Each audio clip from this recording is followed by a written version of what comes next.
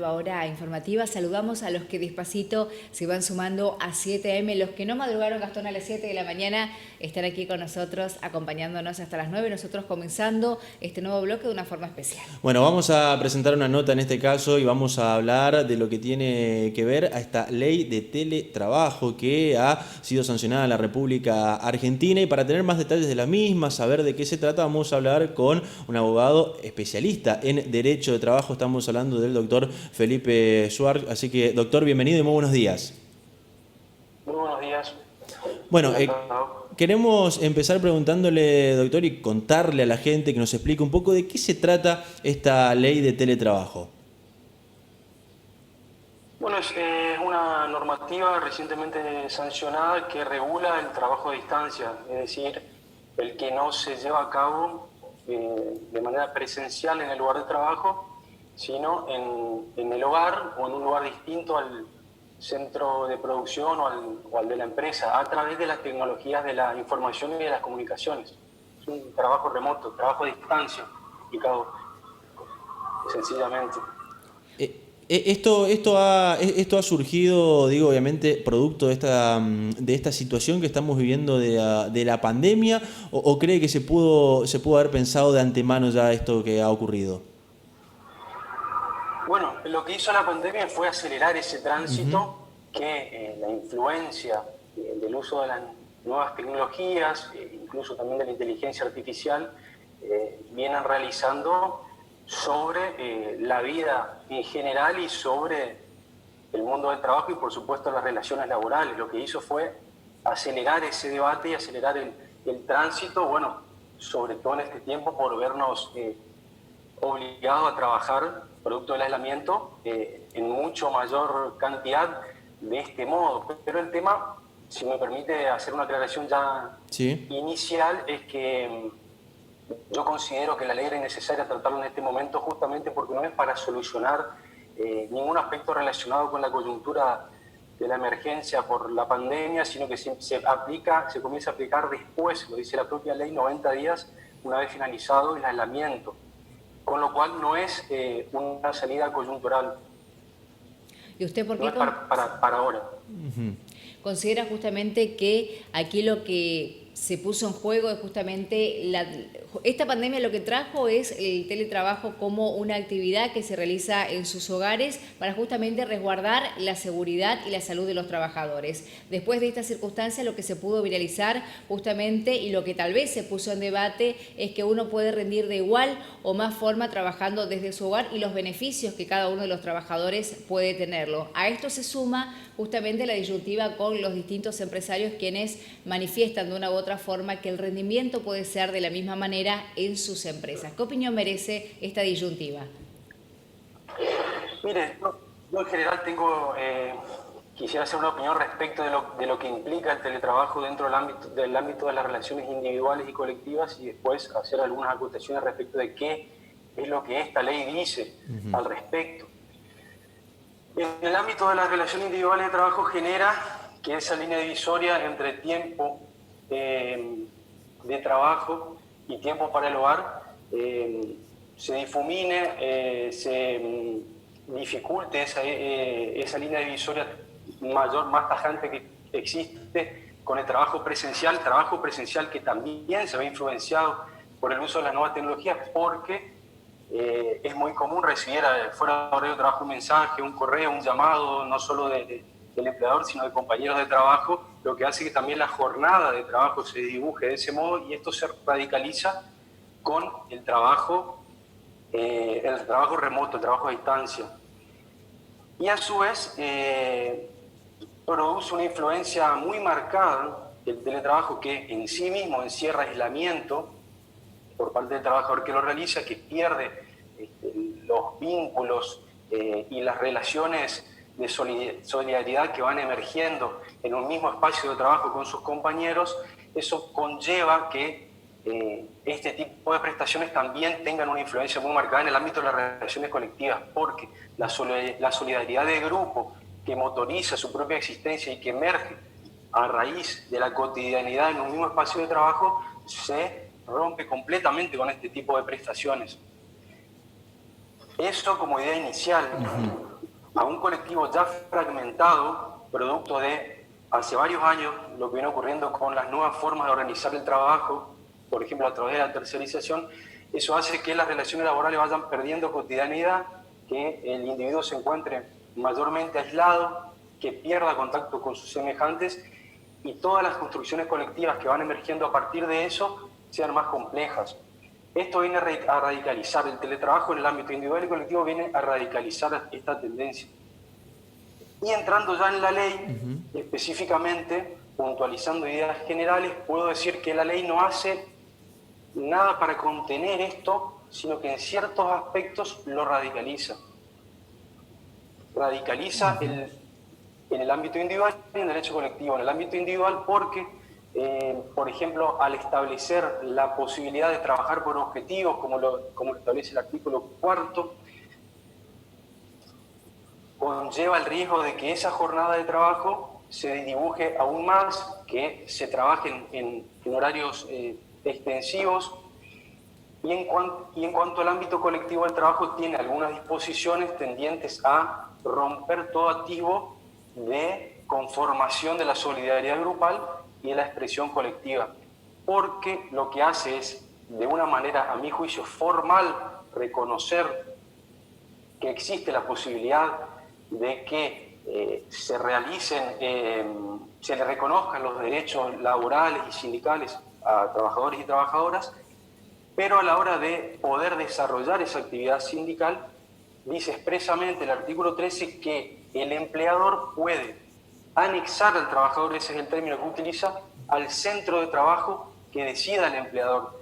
Quiere decir que el trabajador ya aislado, en su casa o en el lugar donde preste servicios, aislado de sus compañeros, lo cual ya, como decía, dificulta enormemente la construcción colectiva, si puede tener cierto grado de identificación con un colectivo determinado, el empleador puede disponer a qué centro de trabajo lo imputa para el desempeño de esos derechos sindicales, con lo cual en la práctica es muy difícil que se lleve a cabo. Es un reconocimiento formal de derechos sindicales, pero que en la práctica va a dificultar aún más esa práctica que ya es muy compleja por la conformación, la nueva morfología del ser social que se le llama en el mundo del trabajo, producto de todas las nuevas formas de organizar científicamente el trabajo, radicalizadas por esta forma de prestación, y que esta ley no hace nada para mitigarlo, sino que contribuye, a mi juicio, para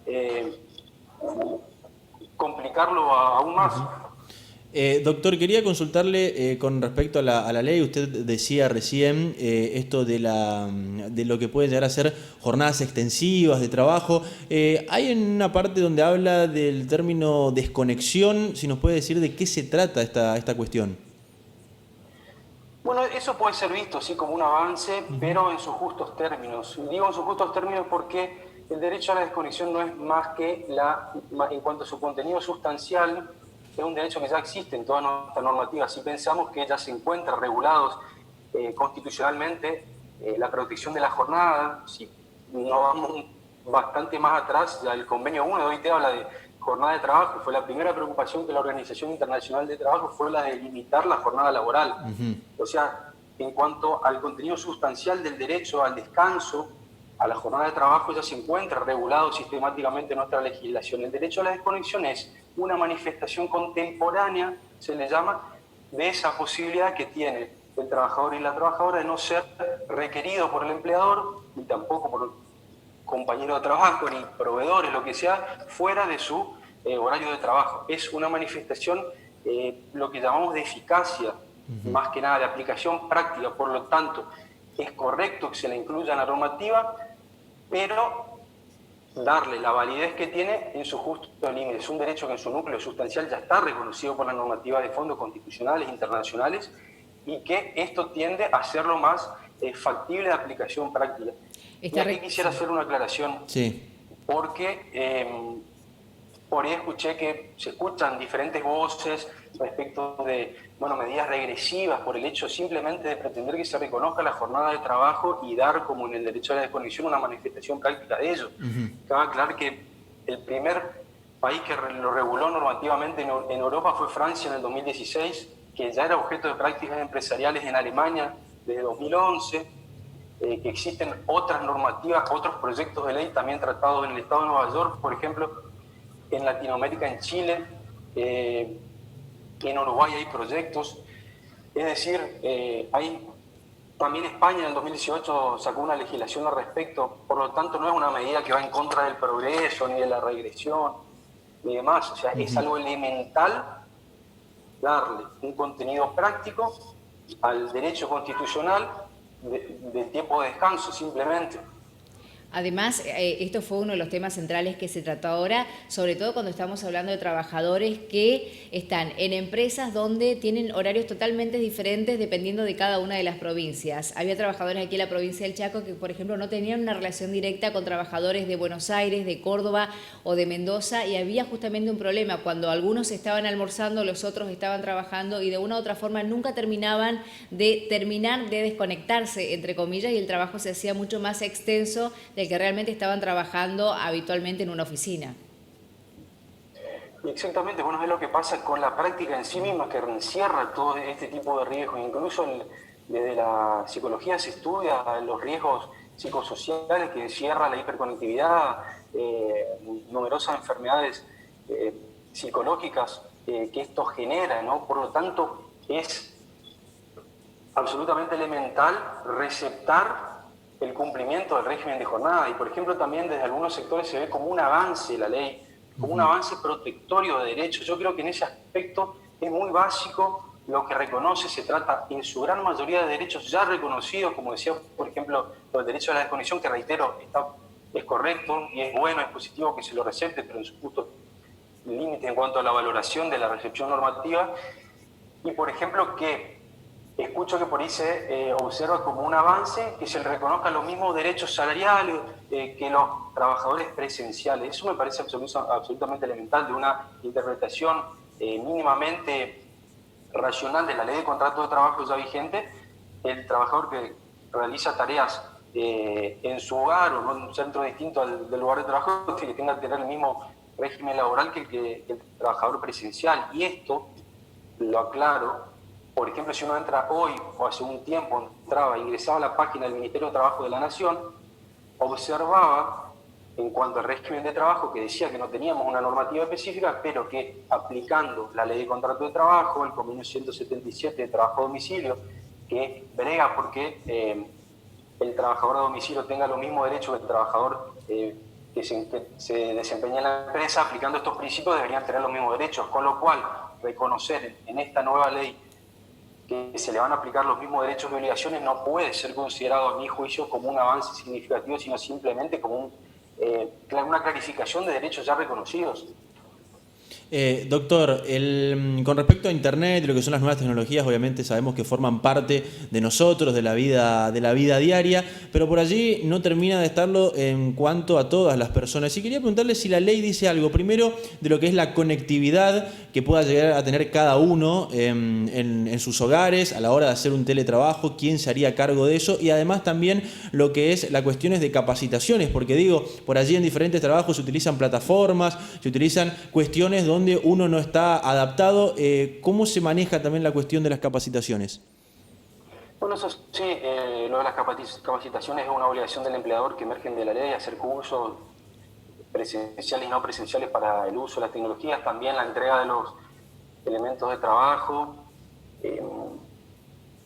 las herramientas, instalaciones, pone una clara obligación del empleador de reparar los desperfectos que pudieran existir en las máquinas y durante el tiempo que no se realice servicios, que no se presten servicios, no pierde el derecho del trabajador a recibir remuneración. Ahí, en cuanto a la ruptura de los elementos de trabajo, sí hay una cuestión muy clara, pero da también la posibilidad a la ley, ahí hay un punto controvertido, de que, por ejemplo, reconozca derechos a la compensación por uso de elementos propios del trabajador o la trabajadora. Por ejemplo, usted tenga una computadora, que tenga algún elemento de trabajo que ya haya sido registrado para el ejercicio de las tareas y que por una pérdida por el uso pueda ser compensado por el empleador. Pero ese punto, sobre el cual también vi algunas opiniones que quejas al respecto del ámbito empresarial, ese punto lo delega para que lo determine la negociación colectiva. Lo mismo que los mayores gastos de conectividad que pudiera tener el trabajador para prestar sus tareas, también es un punto que se delega a la negociación colectiva. Sin embargo, si Quisiera, sí. Sí. si me permite, un punto importante que es que también se dice que, como tratando de mitigar los efectos de la ley, que bueno, que esto es voluntario. En el artículo 7 se establece que el trabajador que es presencial voluntariamente puede adherirse al régimen.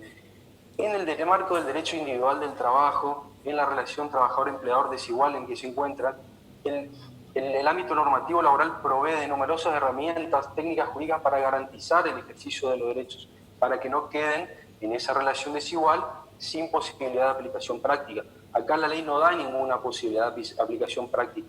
Podría haber brindado alguna otra garantía para que esa, entre comillas, voluntariedad de pasar del trabajo en la empresa al del trabajo se garantice que no sea impuesta.